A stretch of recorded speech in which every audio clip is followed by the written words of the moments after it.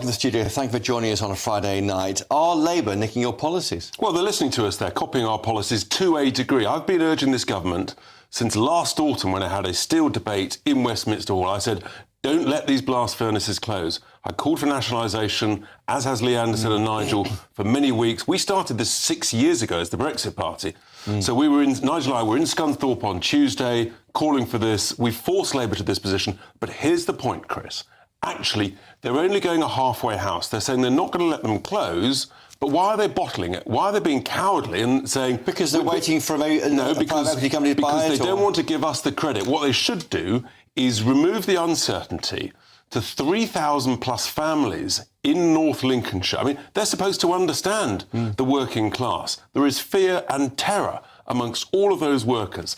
We're saying, do the job properly. It's a great opportunity to invest long-term in these blast furnaces, crack on with it, nationalise the industry this weekend, bring in some top-quality global expertise, look at bringing in, for example, the electric arc furnaces that are redundant in Liberty Steel in Rotherham. It's a great opportunity with long-term procurement contracts. So we're urging them to do the right thing. We will be tabling some amendments, possibly at the third reading tomorrow, to try and get this done this weekend rather than drag it out. You'll force a vote on nationalisation? Well, we're certainly going to... We'll try to. Our amendments may or may not be called by the Speaker's office, but that's our plan. Yeah. And, look, this is a significant step in the right direction. But if you're going to do a job, Labour, do it properly. Maurice Glassman was in your seat moments ago. He said no reform are nicking our policies, aren't you? But you're all rowing about the same issue. Absolutely. What we do know is that the Conservative Party is absolutely nowhere on this. I mean, when we were calling for it 6 years ago,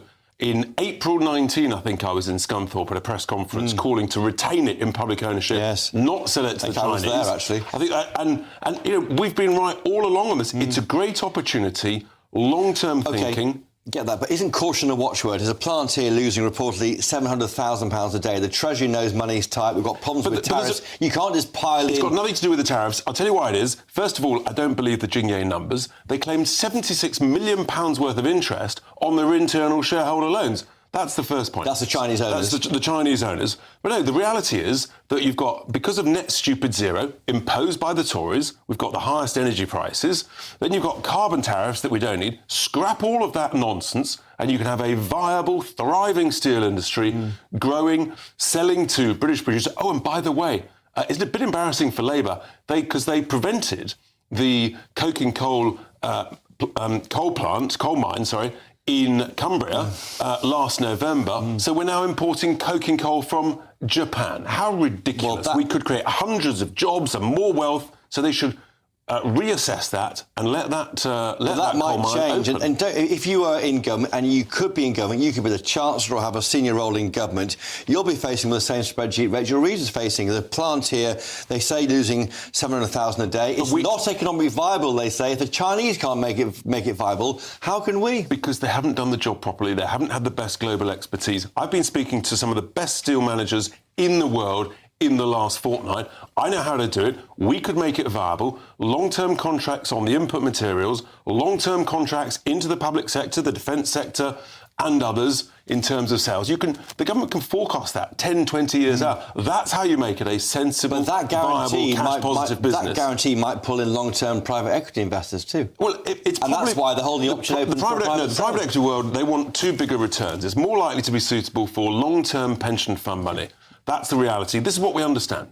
So perhaps allow pension funds to buy it then? Well, you could have a great joint venture where, for example, public ownership, let's say 50%, long-term pension fund money for another 50%, great private sector management. That's how you create a win-win. Because of our business expertise, we understand this common sense, business-like approach to these sort of things. You can do it with other utilities like water, for example. And I think we're actually driving the agenda. The truth is, we are actually the real opposition. The Tories are just clueless on this. They frankly don't understand it. Just very quickly on the issue of peerages today, would you accept one to go to the House of Lords? No, I wouldn't, because we want to get rid of the House of Lords in its current form. You might have a second chamber with maybe term-limited elected people. It doesn't need to be 800. There's a variety of ways of doing it. You might have regional senators, whatever you want to call them, but this setup is just ridiculous. I've always been against it. That's also about what Gordon Brown recommended broadly for the Labour Party.